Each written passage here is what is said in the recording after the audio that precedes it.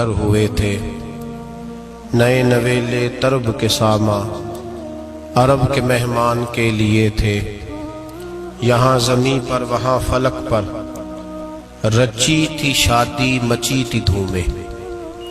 اعلیٰ حضرت فاضل بریلوی رحمت اللہ علیہ نبی پاک کے معراج کا تذکرہ کرتے ہیں، فرماتے ہیں یہاں زمیں پر وہاں فلک پر رچی تھی شادی اور مچی تھی دھومیں، ادھر سے نفخات اٹھتے آتے ادھر سے انوار اٹھ رہے تھے، اور فرماتے ہیں کمان امکان کے جھوٹے نکتو، تم اول اور آخر کے پھیر میں ہو، محیط کی چال سے تو پوچھو کدھر سے آئے کدھر گئے تھے۔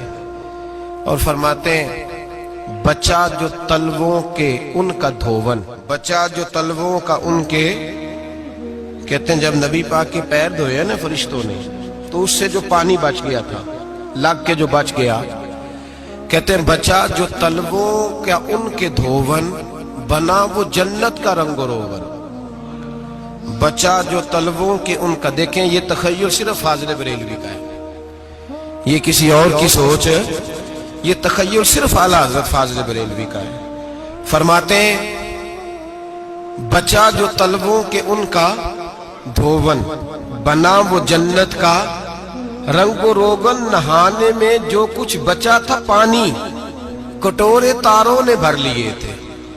کہتے یہ جو ستاروں میں روشنی ہے نا، جب حضور نے غسل کیا نا معراج کی رات تو جو اس میں سے پانی بچ گیا تو یہ تارے اٹھا کے لے گئے تھے، اللہ نے سب کو روشنی عطا کر دی ہے۔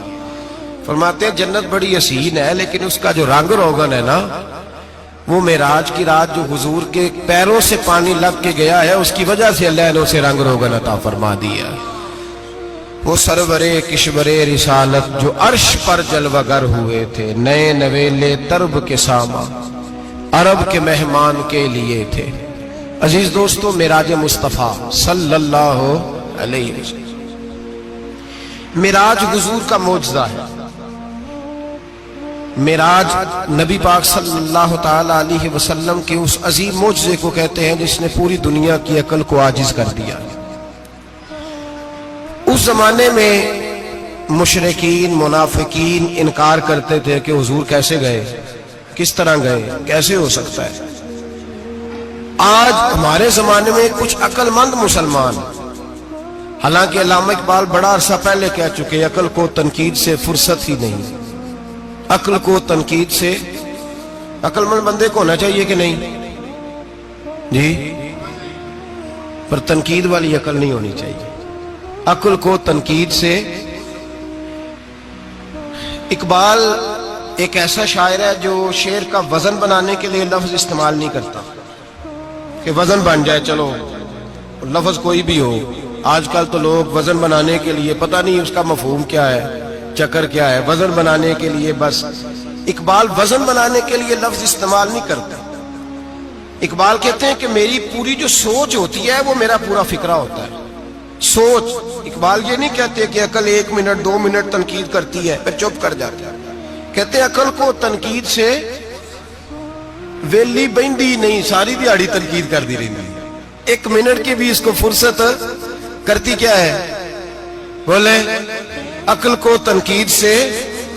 تو پھر ہم کیا کریں، تو کہنے لگے تو عشق پر ایمان کی بنیاد رکھ، عشق پر ایمان کی، ورنہ تو مسلمان کیسے ہو سکے گا، عقل تو تجھے بڑی بڑی جگہوں پہ ٹھہرائے گی، دیکھو نا یہ کیسے ہو سکتا ہے، وہ کیسے ہو سکتا ہے۔ نبی کریم علیہ السلام کا جو معجزہ معراج ہے نا، وہاں بھی لوگ اڑ گئے تھے میرے بھائی، اور آج تک لوگ اڑے ہوئے۔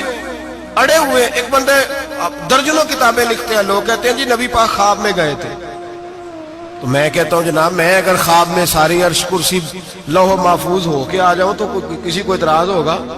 وہ کہے گا جناب خیالی پلاؤ پکائیے تے کیوں کدی بھی گھٹ نہ پائیے، اس میں کون سا خرچہ آنا ہے۔ تو نیند میں تو بندے کو اگر بننا بھی ہو تو کسی بڑے ملک کا صدر بننا چاہیے، کوئی بندہ اس پہ اعتراض کر سکتا؟ خوابوں پہ کبھی اعتراض؟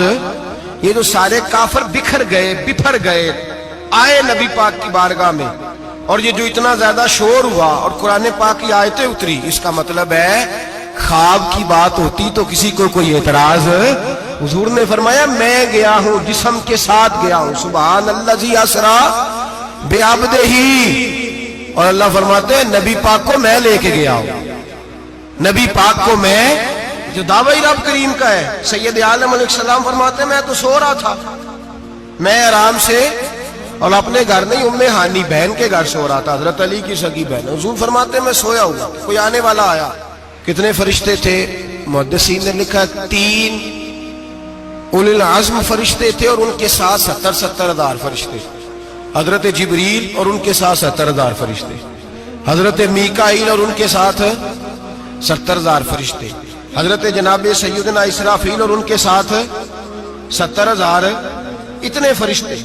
اور قرآن مجید میں اللہ فرماتے ہیں دعویٰ میرے رسول کا نہیں. سبحان اللہ ذی اسرا بعبدہ، پاک ہے وہ ذات جس نے اپنے بندہ خاص کو سیر کرائی. کتنی کرائی؟ لیلن، رات کے مختصر حصے میں. من المسجد الحرام الی المسجد الاقصی، مسجد حرام سے لے کر مسجد اقصی تک. کون سی مسجد اقصی؟ الذی بارکنا حولہ، جس کے ارد گرد ہم نے برکتیں رکھی ہیں. جس مسجد کے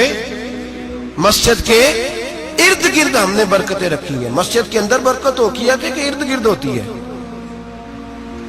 آپ باہر جوتے لے کے پھرتے ہیں، اندر آتے ہیں تو جوتے اتار کے. باہر بندہ پاک نہ پاک پھرتا ہے، مسجد آتا ہے تو پاک ہو کے.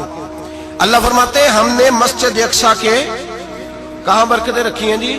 الذی بارکنا حولہ، ہم نے مسجد کے ارد گرد کیا تھا؟ امام رازی، علامہ محمود علوسی، علامہ اسماعیل حقی، تمام مفسرین، اور وہ مفسرین جو تمام مکاتب فکر کے ہاں متفقہ ہیں. امام فخر الدین رازی فرماتے ہیں مسجد اقصی کے ارد گرد درجنوں نبیوں کی قبریں ہیں جن کو اللہ برکت والی فرما رہا ہے، جن کو اللہ نبیوں کے جسموں کو برکت والا فرما رہا ہے. ورنہ برکت تو مسجد کے.